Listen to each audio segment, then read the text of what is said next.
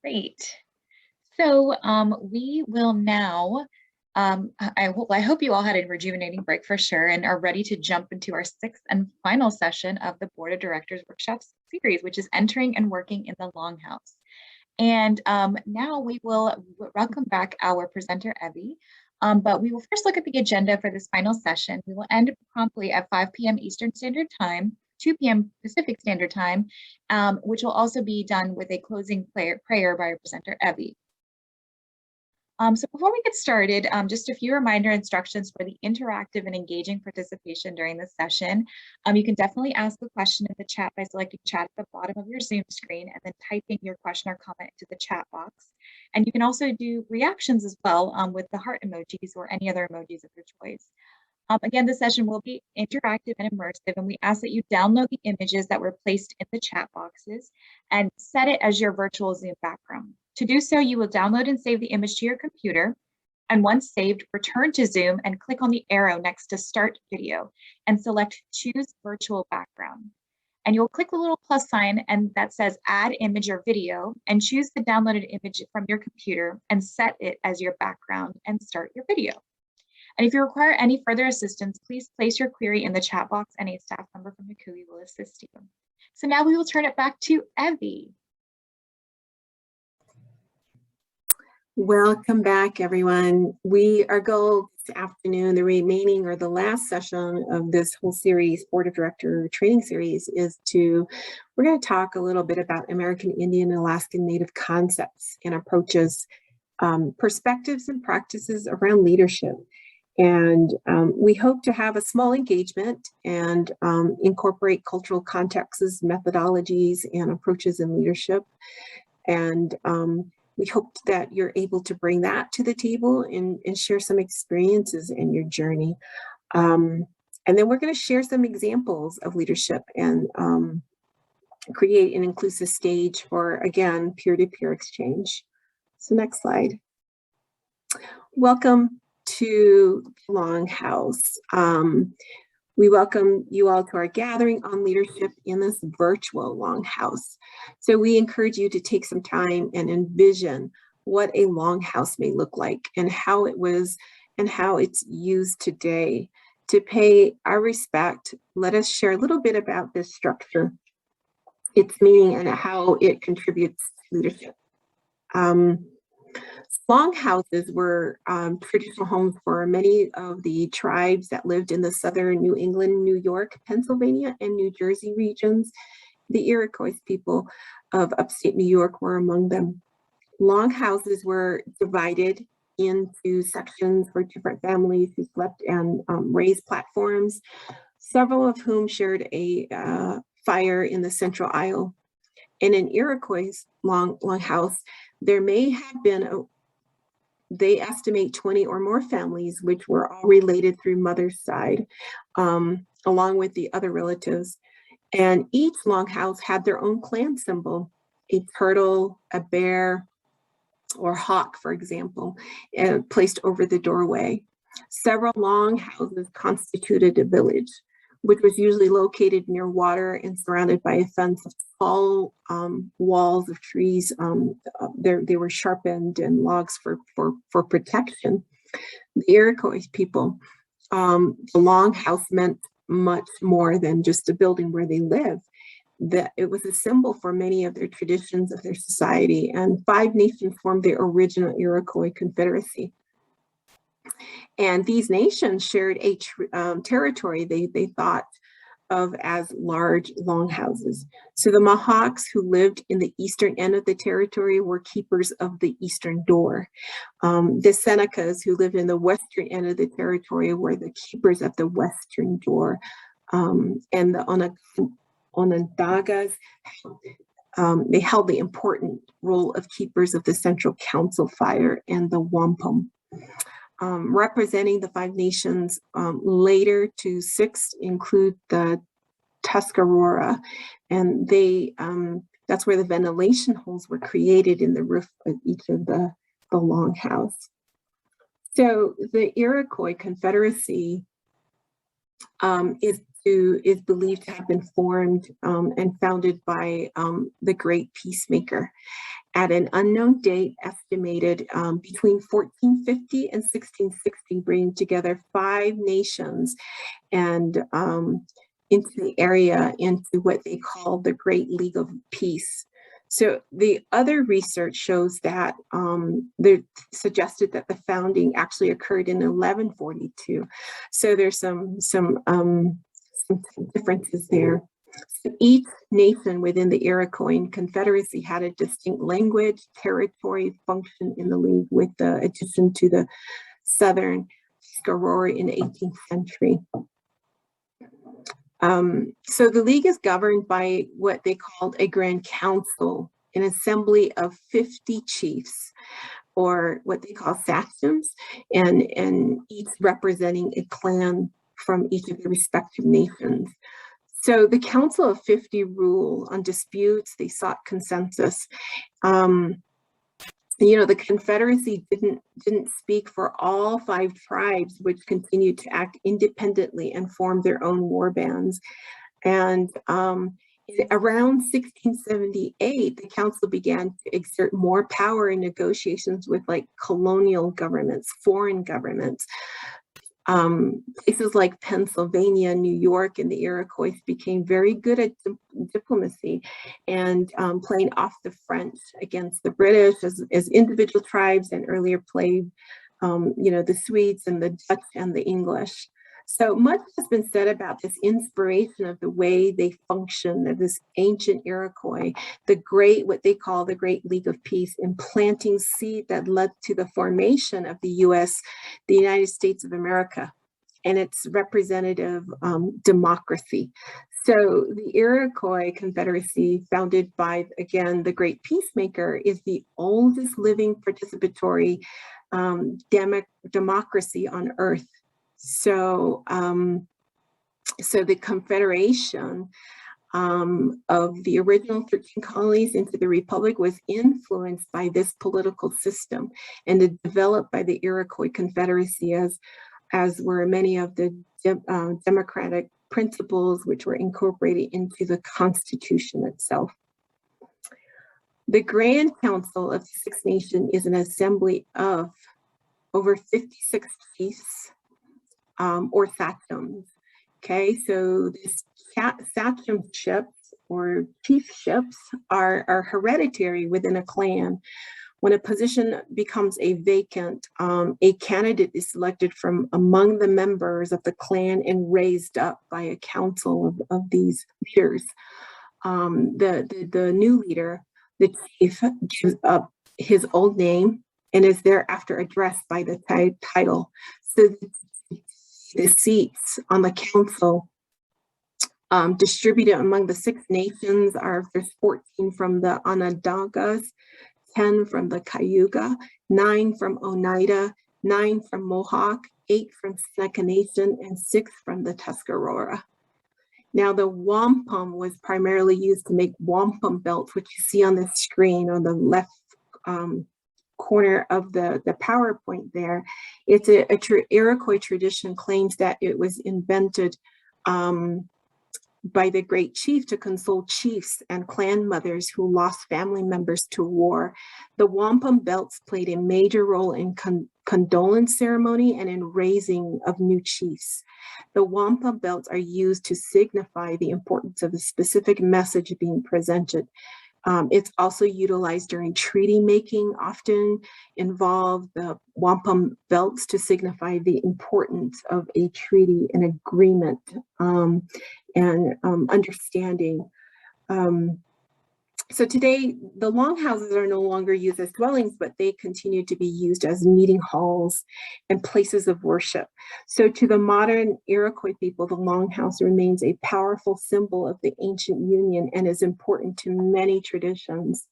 So I wanted to share this and introduce this session through this longhouse because it really speaks to the core of our traditional Native American leadership, the styles, and how important what you do and how you possess and what you bring for the organizations you represent is so powerful, and that you represent this type of leadership, and it's within you. So with this, let's go ahead and go into the next slide. So as we've witnessed through just my little storytelling and a little historical information on the Longhouse, from American Indian leadership, we typically are born into it. We're raised or we're taught specific roles and responsibility. It could be, you know, through clanship or subgroups, or some are appointed or chosen, okay? Historically, they were done with oral teaching, and you know, some possibly even written in different ways, not necessarily on pen and paper, right? There are different ways in which we wrote some of the important teachings that we had.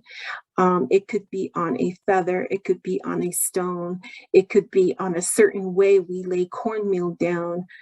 There's lots of ways. Okay, and so practice and approach was also really key and important in how that was done. It was based on some of their fundamental beliefs and value systems, their teachings, and you know, everything stemmed for a lot of the American Indian tribes, like their evolution stories, and from that, there's so many things that come from that. Now, leadership in American Indian people, we view leadership in everybody, right? So it could be our chief, our leaders, it could be our elected officials, council members, you know, it could be spiritual or traditional practitioners, elders, our grandfathers, our fathers, our uncles, our nephews, our sons, our grandsons, our grandmothers, our aunts, our nieces, our daughters and granddaughters, everybody, right? There's a sense of obligation and commitment when we're talking about leadership and how we possess that and how we practice that in a daily basis. So I'm just checking the chat box, sorry. So what is leadership today? As an urban Indian organization, board members, how we define leadership and how we play a role is a significant part and importance in a UIO board membership and board successes. And really that organization and the board of directors define that. The board culture is also unique and is shaped by board members' ideologies and beliefs, as well as the relationships that we have with our nonprofit leaders and staff, external partners, and one another. The board culture can fuel also how effective we are and how we operate and help nonprofits achieve that. I want to pause here and also make mention that all across the country, in every single urban Indian health organization, they've been established, right? They've been created by the visions of our American Indian community members that stepped up to the plate and said, this is what we need for our American Indian urban people. And we want to serve them. And so it really, that leadership, that vision came to fruition. And now you're moving forward with that. And so that has a big part in how we even define our leadership. What does it mean to be a leader, a board member as well? Where those ideologies and beliefs might be stemming from that as well. Next slide. So before we move into the next set of slides, I wanted to just make note that there are various ways in which we use terminology, definition, when it comes to racial equity topics and conversation. And so for this particular talk, I just want to make note that the words colonization and decolonizations and all of those, they're very technical to me. I'm very down to earth. And so when we're talking about colonizing, it's really that definition where some group of individual people or persons, they come to settle among and establish political control, not just the political aspect, but every part of how they exist, right? decolonization, there's a lot of definitions and theories and practice and technical words around it. But really what we're talking about when we're decolonizing is referring back to rewriting the way we used to exist, to going not so much against, but possibly even integrating or re-permeating all the things that we were as Indigenous people have always had and have always had within us as how we exist, how we define ourselves, how we live, and how we operate. We have our own, for example, with the Iroquois nations, even their own self-governance, all of those things, being able to reintegrate that into the way we function in modern day. That's really what decolonization is talking about. And how do we do that in a fashion and a form that's humble, that's respectful, that's really reflective of our own people who we represent. There's different language, and you will get these set of slides, but there's some great articles from editors that talk about these different things about, for example, writing back against that ongoing colonialism and the mentalities that permeate all of the way we function through our institutions and our systems of government. That's a great article. There's also another one titled Decolonization Demands an Indigenous Framework and Centering the Indigenous Land, the Sovereignty, and the Way of Thinking. And this is written by Eve Tuck and Wayne Yang. Also, Rebuilding Culture Must Interrogate turmoil on the inner world and psyche. This is an interesting statement. I remember years ago attending a, actually it was the Navajo Nation who was awarding their top college recipients for scholarship they award. And they talked to reference to how they're young warriors for the people.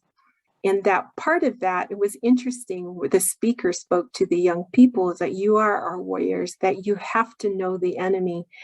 And this is really what he was speaking to, is that how do we get familiar with foreign nations or other types of peoples and organizations? How do they think? And how do we become so familiar with it that we can come back and be able to work through those things, whether it's barriers, whether it's obstacles or challenges, but then being able to integrate it with our own traditional practices and make it, infuse it, and make it work in modern day societies.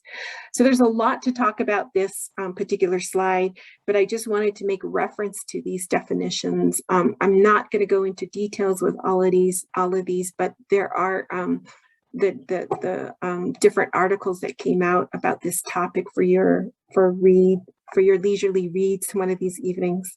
Next slide. There's some what I call foreign behaviors. A while back, I wrote a paper for my master's degree thesis around how foreign policies affect American Indian healthcare systems. So I tend to use foreign a lot, and so therefore this is what I titled it, is because when we're talking about colonialization, you know, some of those behaviors might be around dominance, right, or exploitation, and even occupation. When one person or group of people prioritizes like hierarchy and power over, you know, equitable relationships, where we know in Indian country what we do, what I do, how I think, what I say, what I do will affect my family, the community, and really how we work as a unison. When we begin to move away, gravitate from that, this becomes a hazardous behavior. So that's something to be conscious about. We might advocate for our own positions without listening and learning from other colleagues or leadership teams. We might talk to funders about their vision or their strategy for the nonprofit rather than the way leadership team frames the work, right? So when I speak, it should be representative of what the team had discussed agreed what our platform was going to be, what our message was going to be, and what do we stand for, right? Not what Evey wants as a board member or a leadership team member, but what we had agreed to do, okay? And say, members of what they call a colonialized board often sees board discussion as a debate, that they must win, right? Not as a collaborator and process to determine the best course of action. So these are just some examples of what I kind of termed as foreign behaviors on boards. Next slide. In addition to that, maybe a colonized or a foreign behavior or a culture could lead a leadership team to feel confused, angry, or exhausted, or even worse, demoralized, and we wouldn't want that. So where we come from, what we come from, and where we come from our traditional, from our families, our teachings, whether it's our elders, our mother, our father, our uncles, our sisters, our brothers, whoever it may be, we come with certain values, right? We have a way in which we extend a welcoming way to support and help each others. And so we want to make sure that we remember that these are foreign behaviors. And so that self-assessment we talked about in the last assessment even talks to this, identifies these types of behaviors. When we might also have relentless focus on where power resides, right? And how to wield it and can impede progress toward that nonprofits organization. So you need to be very careful. They always say that the higher you go up in a position status, right? In Navajo, they say, Ba'at et wallah, meaning that you gotta be careful and cautious, because it's expensive. It takes time. It takes energy. You could lose friendships, right? So that's what they mean by you have to be cautious and very cognizant about what decisions you make, how you speak, and how you do things, because at the end of the day, you're putting yourself forward. You're putting yourself out there for the best interests of others. And while you're doing that work, all these other things will be challenged along the way. And so it's very, very important that we understand those things as well. Next slide. So when we begin to say we want to decolonize, right? We want to reinfuse, bring back some of the traditional ways in which we practice and we do leadership. These are just some things that were listed here. It's founded on values, mutual respect, honesty, integrity, transparency, communication, right? The board also and the leadership center, the nonprofit's mission in every conversation, and balance outcomes for the work that with well-being of the team, right? Relationships with the stakeholders, and the sustainability of that organization. Members serving on a decolonized board, right? A board that infuses some of our traditional definitions and practices and approaches of leadership. We're excited about both by what they can learn from working with a nonprofit and how they can be a part of governance that advances a mission. And then they bring their best thinking to the board discussion. They view challenges as problems to solve through collaboration. And board members, they lead in a service to nonprofits' mission and community that it serves. And this approach to leadership means that the board's focus on facilitating the team's effectiveness. So these are just some things that I wanted to share with you all. And we'll talk a little bit more into some of these different elements. So next slide. Things to keep in mind. It doesn't mean that the board should simply defer to the leadership team's wishes, okay? That's not what we're saying, that we're able to, we don't, how do we say this? We're not pushovers. You're still able to work through challenges, disagreements, and obstacles in a fashion, in a way where everybody can be heard and consensus can be come to. rather the board should create conditions, right? Procedures, maybe it's in the bylaws on how that could be addressed to work through certain issues that the leadership team needs to operate the nonprofit with integrity, agility, and innovation. If you could remember back the script I read about the Longhouse in the Iroquois Nations, the Confederacy, can you imagine, like back then, it's really a matter of life or death, right? People, it was in wartime.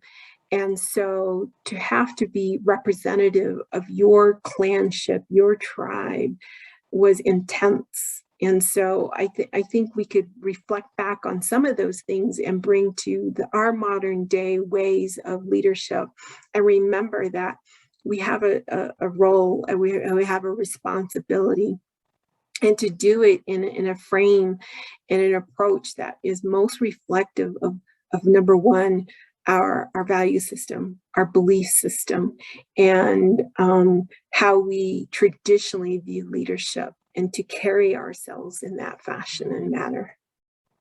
All right, next slide. This is just a sample survey that really reads or questions what the board culture currently is, where does it stand? How do, for example, the first question is, when problems arise, am I part of the solution?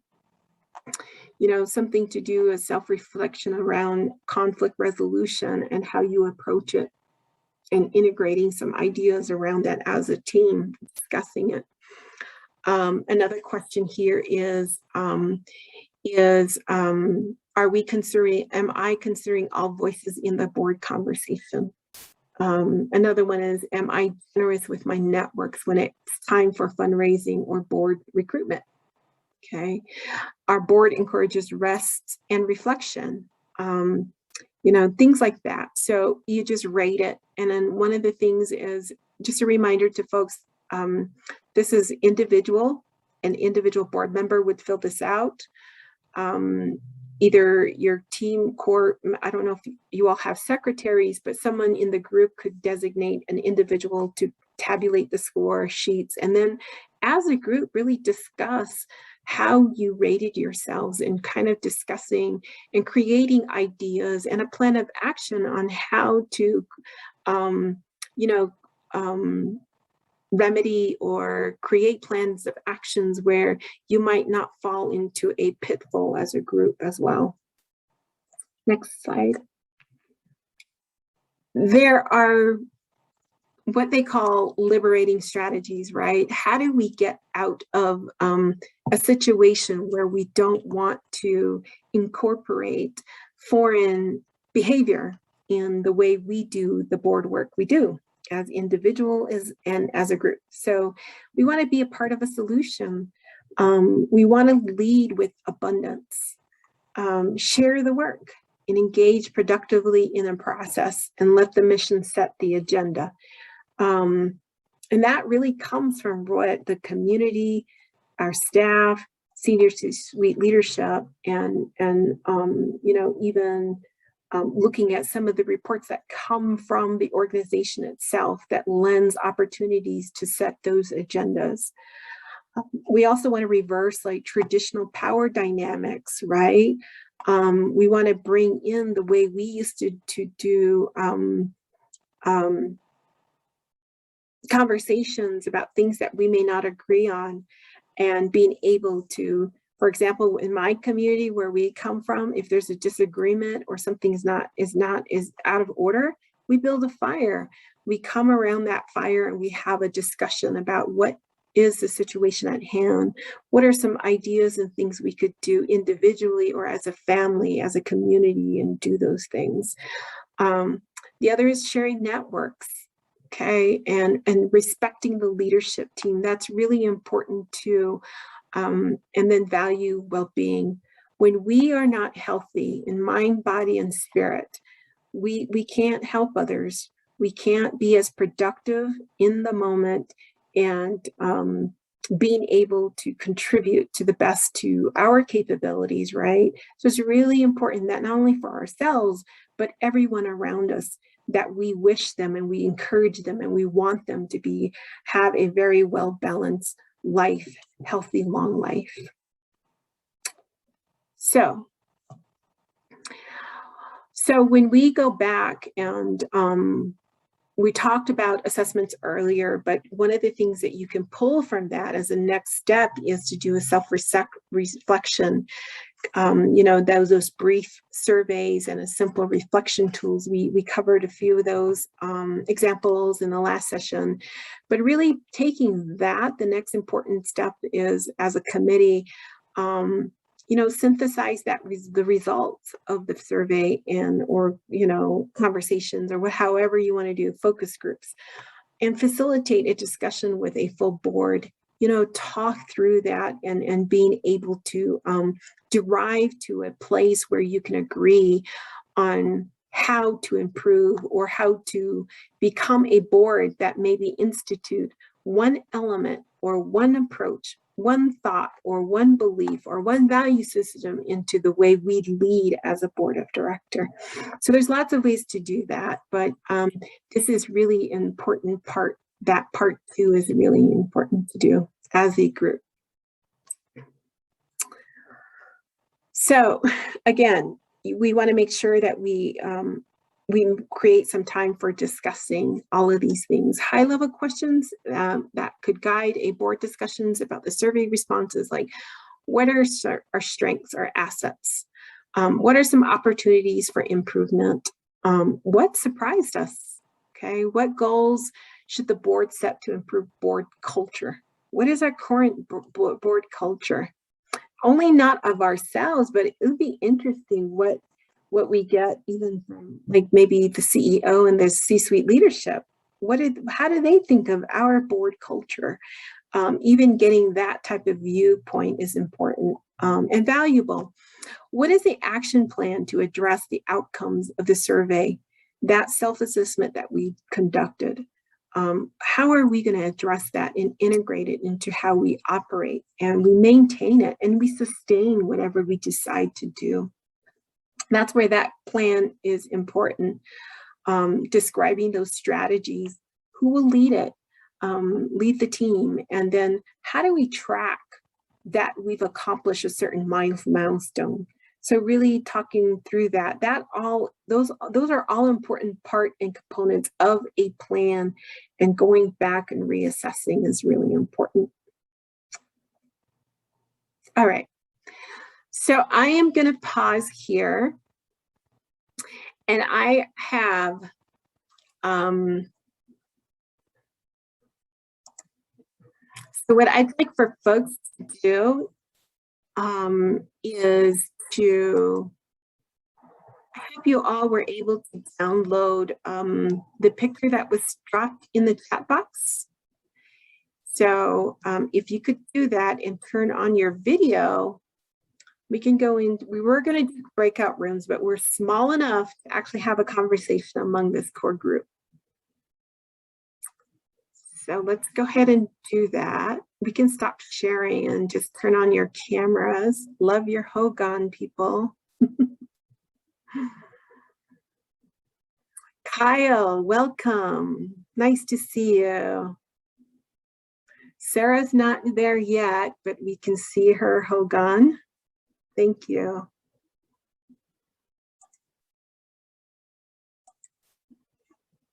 Awesome. Tanya, you're looking great. Welcome. We say in Navajo, "Wishte," meaning come in, but you're already in the Hogan. How awesome. So you guys, some of you that are not on camera, we welcome you to put your, turn on your cameras, use the backdrop that we dropped in the chat box. It's not required. If you're kind of shy, that's fine with me.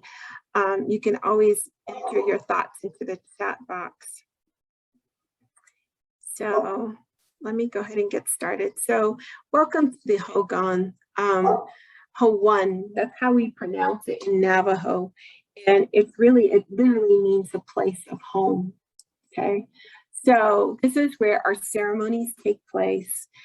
In there's a ceremony called the Blessing Way. In Navajo, we say, and it describes in that ceremony, when you listen to the traditional songs, it describes the first hogan being built by the coyote with help from the beavers to be a house for the first man and first woman.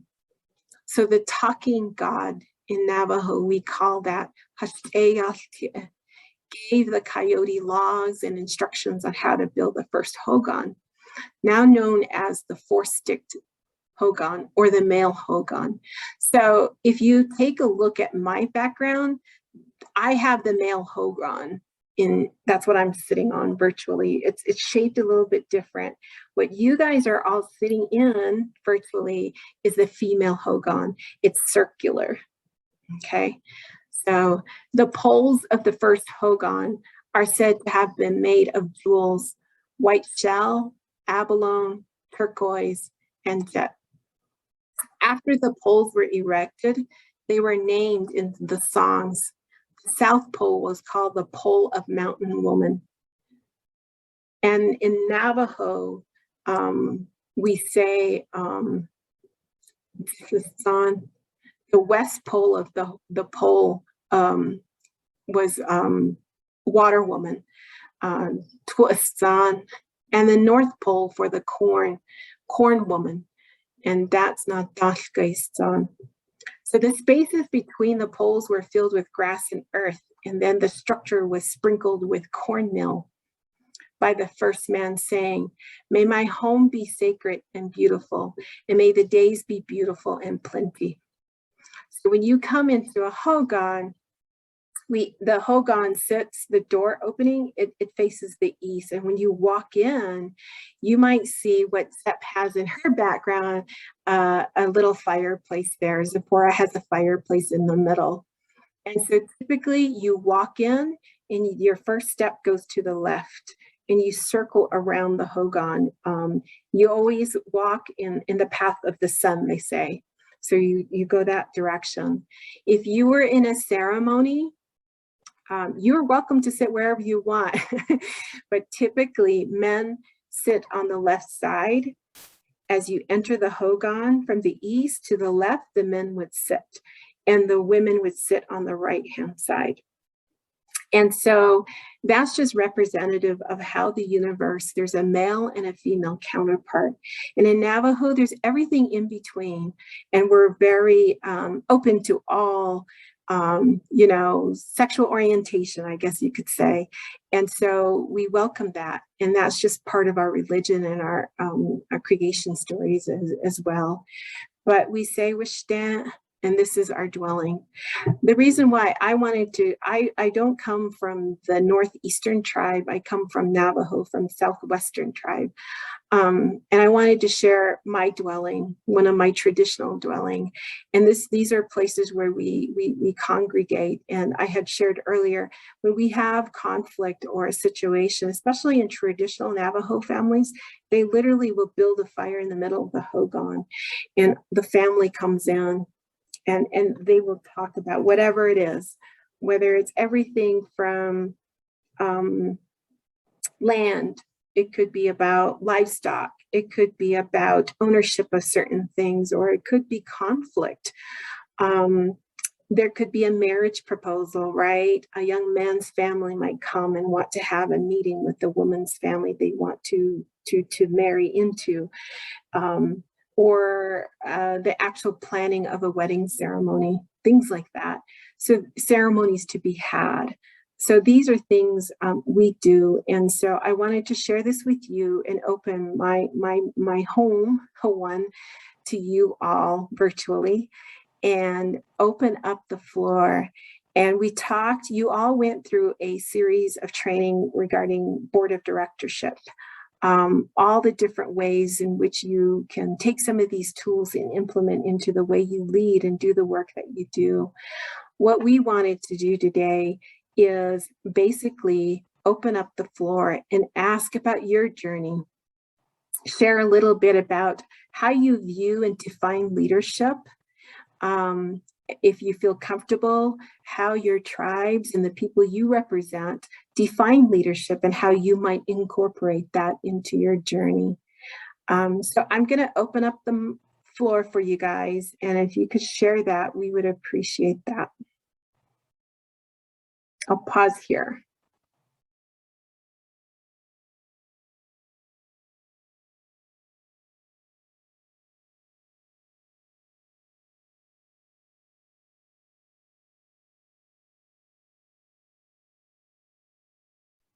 Yeah, I'm happy to give it a shot.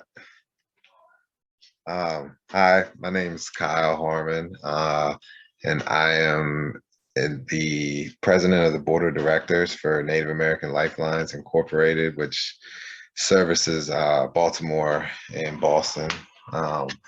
So I just was around. I was showing up, to different events. I'm not, from the Baltimore area, but I've been working here for the last decade or so. And, my people are 2.5 hours away.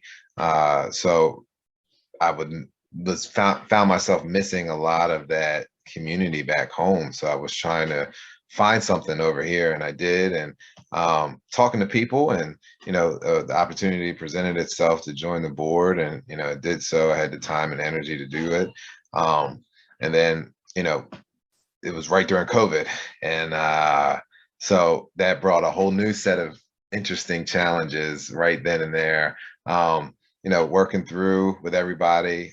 Elections came up. The people felt it was a good idea to let me have a shot at doing it as the president of the board, and going for since about March of this year. So I don't know, I'm excited. It's a challenge for sure. It's a good heavy commitment and a burden, but it's something that it's making a long-lasting positive impact on the next few generations. So when I think about that, it makes it all worthwhile. So thank you for allowing me to share that.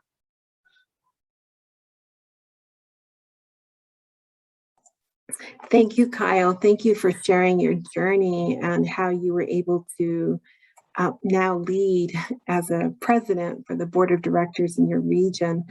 Thank you for sharing that. And it is a lot. There's a lot of responsibilities involved in that, and it's put on your shoulders. And I think what I'm hearing is that you're really looking forward to what is going to come from it years to come, and for the people that your organization provides services to. So thank you very much. Yeah, thank you.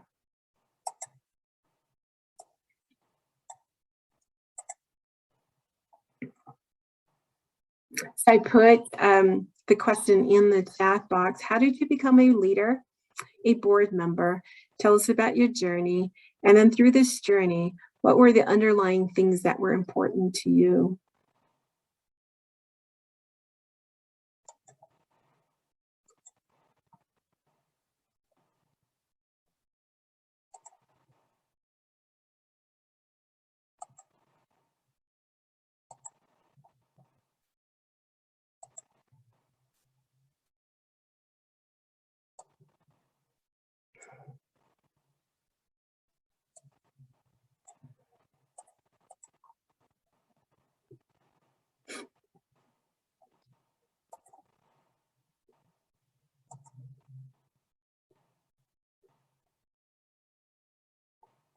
Yeah, if you're not able to speak in the microphone or you're a little shy, that's fine.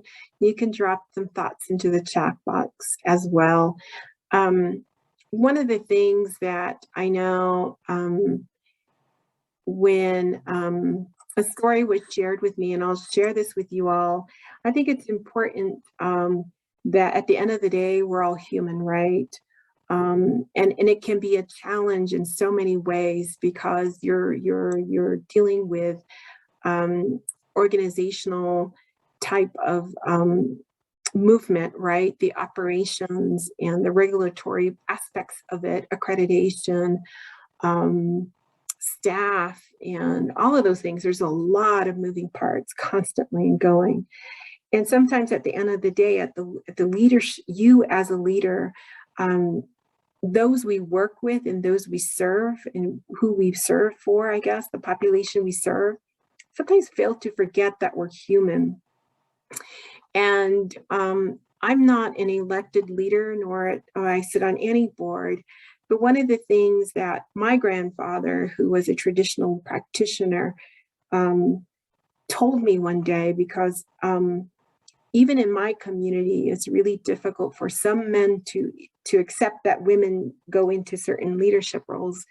But one of the things that really stuck with me, carries me to this day, and I can share this with you, is, and I encourage you all, is that when we were in our mother's womb, they say that right when we're ready to be born, we turn. And right before we go into the birth canal, the holy people come. And right when we're born, what is the first thing babies do? What do we do? When we're coming, we just arrived into the delivery room. What's the first thing babies do? They scream and cry, right? We're crying. And so the thought and the belief from our people is that the holy people have infused this energy into this body, this vessel. They do this. And so that's what gets them moving, and we're alive. We're born into this world. And so Bonnie shared something really important, and that's air. And so that's what fuels us every single day to exist in this world. And what we think and what we say and what's in our heart and what we do is spiritual in that way, that we're spiritual beings here in this world, in this lifetime. And so we should carry ourselves in that way. And so when Bonnie was talking about we live in a spiritual world every single day, I connect with that in the work that I do. And I may not be a board member, but in the work that I do, I remember those things and it carries me. For me, that's important. And that carries me through everything that we do, because it's going to affect everybody that I work with, everybody, whether it's at home or, professionally and in the community, it's going to have an effect on it. Because in Navajo, the philosophy is really being in balance in all things and that we coexist throughout the universe. And so the words that we speak as leaders is really key and important, because you're a spiritual being here in this world. And so the very last thing we do when we're ready to pass into the next world is we take a deep breath. We never exhale out again. That's when the holy ones come and they take you into that next world. So in Navajo, from Navajo, that's a story that was given to me from my grandfather, and said, it doesn't matter what anybody does around you. What you have to remember is that you're important in what you do and what you believe is important. You stand by it. Remember who you are and where you come from, and infuse these little teachings and take it with you. And so I give this story to you, and it's something that we believe in Navajo. And I hope that through your journey as leaders, I wish you much success. And that you do it in unison with the people that you serve. And so I'm going to close out this session. I know there's a couple of minutes left. And I don't know if you want to pick up this slide again and finish off that way, Divya. So these are the resources. The article, Decolonize Your Board by Natalie Walrun.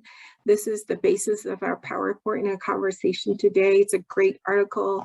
It's actually done through a storytelling format and fashion, and I encourage you guys to take a look at those.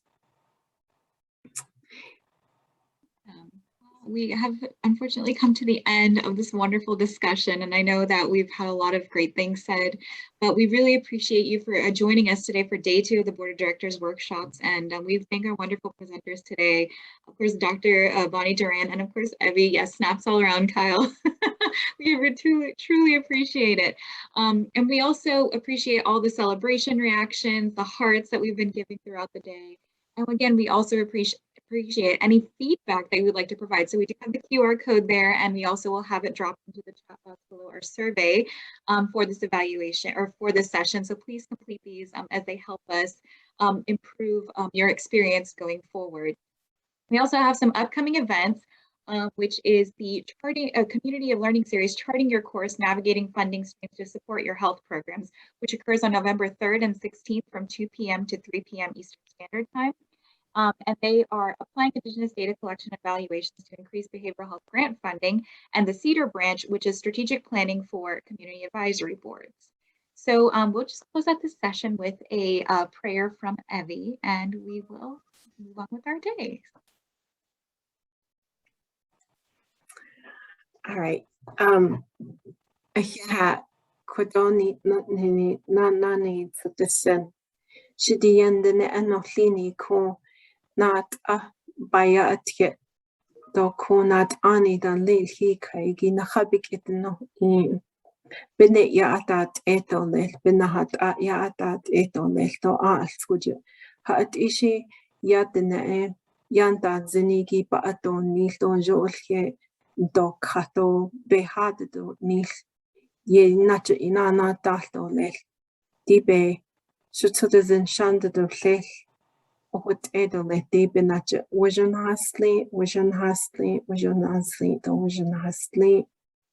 I ask the Creator and the holy people that they guide you, protect you all, to continue to do the important work you all do, that all of your plans that you formulate with all the other leaders in the community you serve come to fruition and continue to feed, protect, and guide and keep our people going forward for long, healthy lives. And at the very end of all of our Navajo prayers, we say, meaning in beauty, all things will come together for you. And we say that 4 times. So thank you very much, everyone. Thank you so much. Thank you so much, Evey, for that wonderful prayer. And we thank you again for joining us, and we look forward to seeing you for future sessions. And so we now close this session, and we welcome you to have an amazing weekend on behalf of all NCUIH staff. Thank you again. Bye, everyone. Thank you so much for joining. Everyone.